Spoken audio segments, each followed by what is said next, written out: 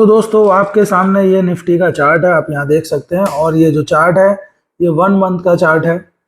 एक एक कैंडल जो यहाँ पे बन रही है ये हर एक कैंडल 1 महीने की कैंडल है। तो दोस्तों पहले हम देखते हैं कि निफ्टी का टारगेट क्या हो सकता है, अप साइड पे निफ्टी कहाँ तक जा सकती है। तो इसके लिए हम यूज करेंगे पाइवोट पॉइंट्स। तो मैंने पाइवोट पॉइंट का सेटअप डाल रखा है। पाइवोट पॉइंट्स में हम जाते हैं। पाइवोट पॉइंट में जाते ही ध्यान दें आप, यहाँ पे डेली चार्ट है। डेली वाला पाइवोट हम यूज नहीं करेंगे। वीकली और मंथली का पाइवोट सेम होता है। हम मंथली पे जाएंगे, चार्ट्स को मंथ पे कन्वर्ट करेंगे। अब हमारे पास मंथली पाइवोट आ गया है। आइए देखते हैं किस तरह से ये काम करता है। तो दोस्तों ये देखिए, निफ्टी जो है इसने यहाँ पे रेड कैंडल बनाना शुरू किया था। 1 2 3 3 महीने तक निफ्टी गिरती रही। 3 महीने तक निफ्टी में गिरावट चली।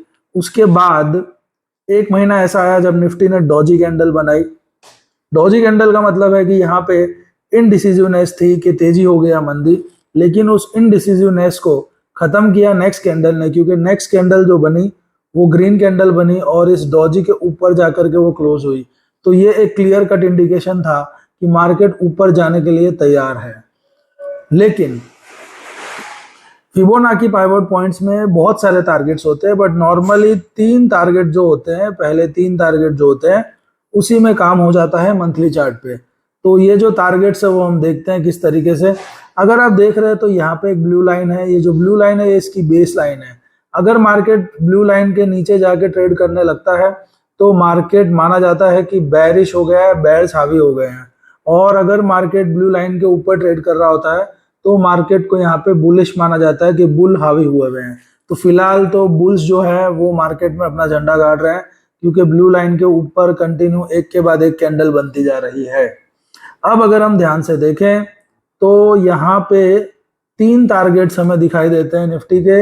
एक ये इधर 18,800 का टारगेट है, 18,800, 18,750। दूसरा 19,681 का टारगेट है और तीसरा 21,000 का टारगेट आप स्क्रीन पे देख सकते हो। लेकिन ये जो तीसरा टारगेट है 21,000 का, ये फेरी टेल की दुनिया में हम नहीं जी रहे हैं अभी। थर्ड पाइवोट तक मंथली चार्ट पे रेयरली जाती है निफ्टी, और अगर गई भी तो उसको बहुत टाइम लगेगा।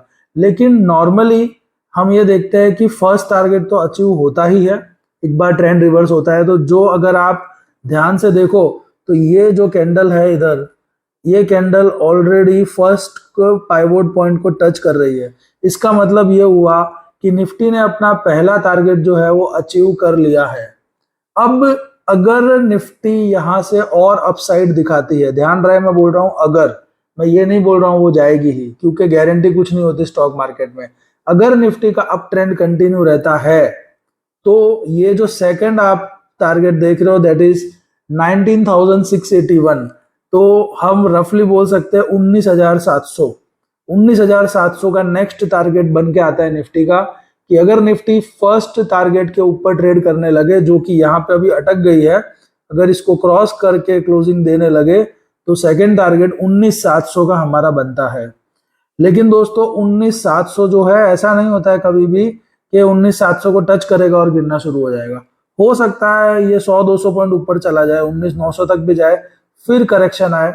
ये भी हो सकता है कि 19,500 या 19,600 के पास से ही करेक्शन आना शुरू हो जाए। इसलिए नॉर्मली हम क्या करते हैं, जो भी हमारा पाइवोट पॉइंट होता है या पाइवोट का जो टारगेट होता है, जैसे अगर 19,700 का टारगेट है पाइवोट के हिसाब से, तो हम 19,700 तक नहीं रुकते हैं। हम 19,500 के आसपास प्रॉफिट बुक करना शुरू कर देते हैं। यानी सेफ्टी साइड के लिए अगर हम बोले तो नेक्स्ट टारगेट 19,500 के आसपास प्रॉफिट बुकिंग शुरू हो जानी चाहिए। और या फिर ये होता है कि भाई आप बैठे रहिए, 19,700 भी आ जाएगा, क्या पता 19,900 भी आ जाएगा। फिर जब आपको चार्ट्स पे गिरता हुआ दिखे, 19,500 के नीचे जाता हुआ दिखे वापिस, तब बुक करके निकलिए। तो इस तरीके से अगर हम देखें तो अभी जो निफ्टी है वो 18,800 के आसपास है, और मैं आपको बोल रहा हूँ नेक्स्ट टारगेट 19,700 है। तो 19,700 और 18,800 की हम बात करें तो ये निकल के आता है 900 पॉइंट्स। तो अभी 800 से 900 पॉइंट की मूवमेंट और हो सकती है निफ्टी में बिफोर एनी मीनिंगफुल करेक्शन। लेकिन ये भी तो हो सकता है कि ये इतना चले ही नहीं, यहीं से मान लीजिए निफ्टी अभी जहां खड़ी है यहीं से रिवर्स होकर गिरना शुरू हो जाए, तो तब हम क्या करेंगे, हमारा मनी मैनेजमेंट क्या होगा। अगर निफ्टी ऊपर गई ही नहीं और इधर से ही गिरनी शुरू हो गई, so what is our money management, हमें हमारी पोजीशन कब हल्की करनी चाहिए, तो आइए वो भी चेक करते हैं। उसके लिए पाइवोट पॉइंट हमें देखने की जरूरत नहीं है, उसके लिए हम कैंडल के पैटर्न्स देखेंगे, पैटर्न्स भी नहीं, कैंडल के लेवल्स। तो देखिए ये जो प्रीवियस मंथली कैंडल है उस पर मैं कर्सर लाता हूं, तो प्रीवियस मंथली कैंडल का आपको लो कितना दिखाई दे रहा है, 18,042 दिखाई दे रहा है, ठीक है, जो कि यहाँ से बहुत दूर हो जाता है, 800 पॉइंट दूर हो जाता है। तो अगर उस तक हम वेट करेंगे तो अच्छा रिस्क रिवॉर्ड रेशियो नहीं बनेगा, क्योंकि रिस्क रिवॉर्ड रेशियो पुअर हो जाएगा, बिकॉज 900 पॉइंट कमाने के लिए 800 पॉइंट रिस्क पे रखेंगे तो उसका कोई लॉजिक नहीं बनता है। सो बेसिकली हमें करना क्या है, तब हम इन दिस सिचुएशन जो हमारा ये करंट कैंडल है इसको हम यूज करेंगे। करंट कैंडल पे मैं लाता हूं मंथली कैंडल पे, तो आप लो देखिए कितना आ रहा है, 18,464.55। तो करंट जो कैंडल चल रही है इस महीने की कैंडल, जून महीने की कैंडल, इसका जो लो है वो 18,464 है। तो हम इसको राउंड फिगर ले लेते हैं, चलो 18,450 ले लेते हैं हम।